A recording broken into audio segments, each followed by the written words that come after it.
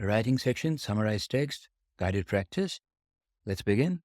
Here's your first question. You can pause for 10 minutes and then come back. Once you've written your summary, we'll review it then. Here's a sample response. Although developing countries such as China have a price advantage over the United States in producing labor-intensive goods, the United States still holds a competitive edge enabled by its capability for early-stage innovation. Now let's go back, read the text. With an abundance of low-priced labor relative to United States, it's no surprise that China and India specialize in production of labor-intensive goods products. So we can see it begins by comparing the United States with other developing countries like China and India, and how those countries, they have an abundance of low-priced labor and therefore an advantage in producing labor-intensive goods. And then they say, for similar reasons, the United States will specialize in production of goods that are human and physical capital intensive because it has a highly educated labor force and sophisticated equipment. The next paragraph, this division of should yield higher global output of both types. And then it explains that in the next paragraph, that by each country producing what it can produce best, it leads to the best output, the largest output for the whole world. And in the end, it says that still the US has an advantage because first everything has to be developed, it has to be invented. And in those cases, in all those cases, the United States has an advantage as it's a good place for innovation. Once those things are good and the processes have been established, etc., that is when countries like China and India can take over and do the cheaper production. But the United States will still have an advantage because that's where the inventions and the early stage development comes from.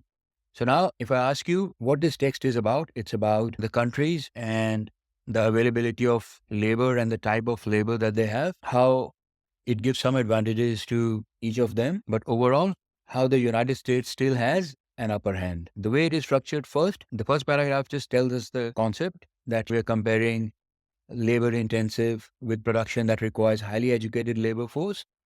And the next paragraph is about how each country does its best and what it's most suitable for. And the last paragraph tells how, in the overall scheme of things, the United States still has an upper hand. So you understand the theme, the arguments, ignore any additional examples or supplementary information.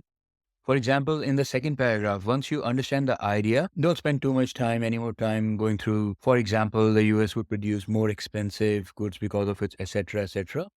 Because you've understood the idea that it's not suitable for labor-intensive goods. And similarly, it's developing countries.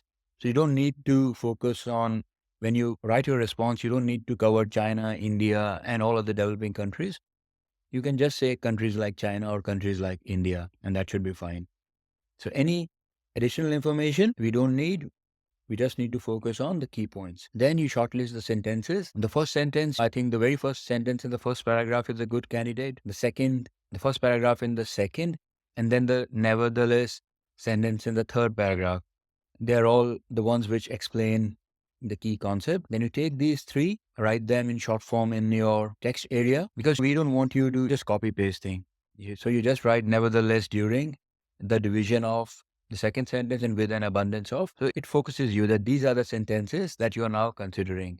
These are the ideas that you're considering to combine in your summary. And then, you either rephrase or you just combine these three sentences in a form that is grammatically correct and conveys your idea.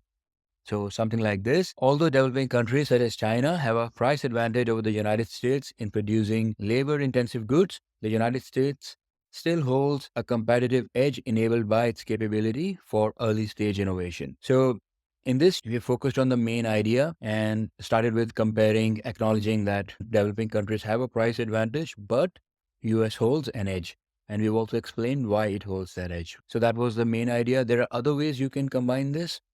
So for example, you could have started from the first sentence that countries like China and India have low priced labor and therefore produce labor intensive products. However, countries like United States have a highly educated labor force and therefore produce more sophisticated and innovative technology.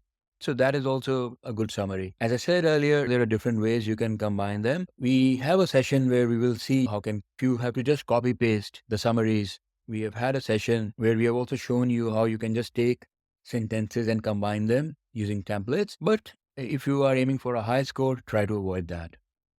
Let's go to the next question. Again, you can pause for 10 minutes and come back.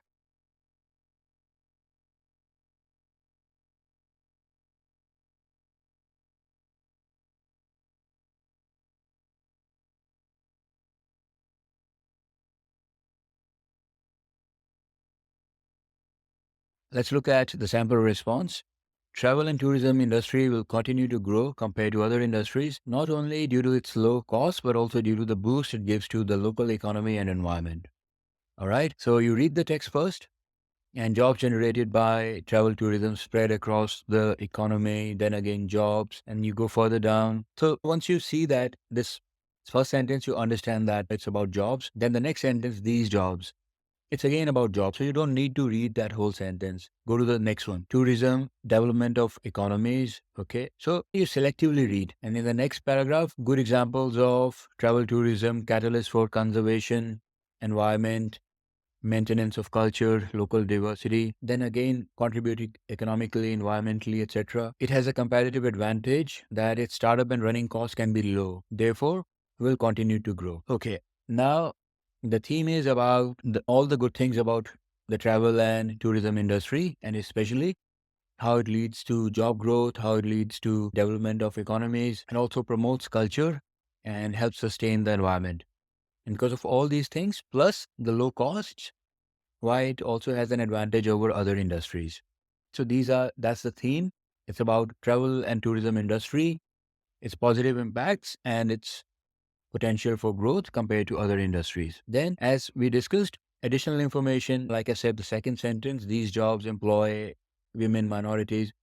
So that is just supplementary information. Once you've understood it's about jobs, that's enough. You don't need to pay attention to or write about these points in your summary. So ignore all of that. The next step, shortlist sentences. So take the first one from first paragraph, then maybe the second last paragraph, development of regional economies. Then the next paragraph in first sentence, catalyst for conservation and improvement of the environment. And then where it talks about its advantage and likelihood for growth in future. So those are the key points. And after that, you just have to combine them together. Something like this. Travel and tourism industry will continue to grow compared to other industries, not only due to its low cost, but also due to the boost it gives to local economy and environment. So you see, in this example, we first written the point that it will continue to grow is actually mentioned in the last paragraph. So we started from there and then linked it to the benefits that are shown in the first two paragraphs. But if you want to keep it simpler and you feel comfortable or more confident that way, you can just start from the first paragraph.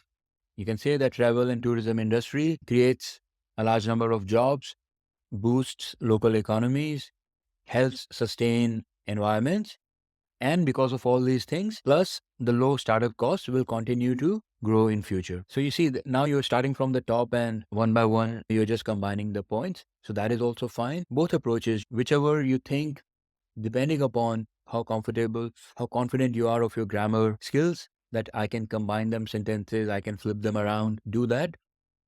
But as long as you're keeping it simple and conveying the main idea, it should be fine. Don't write very long summaries. Stay away from just taking the sentences, 3, 4 sentences and trying to combine them, because there's a good chance you'll end up making some kind of a grammatical mistake. And then you'll also struggle to keep them within a manageable word limit. All right. So focus on understanding. And I've always been saying this across all sections in PTE, all question types. When you focus on the fundamentals, it becomes so much easier. It takes some effort in the beginning because you are learning. But once you have understood those few concepts, everything becomes so much easier.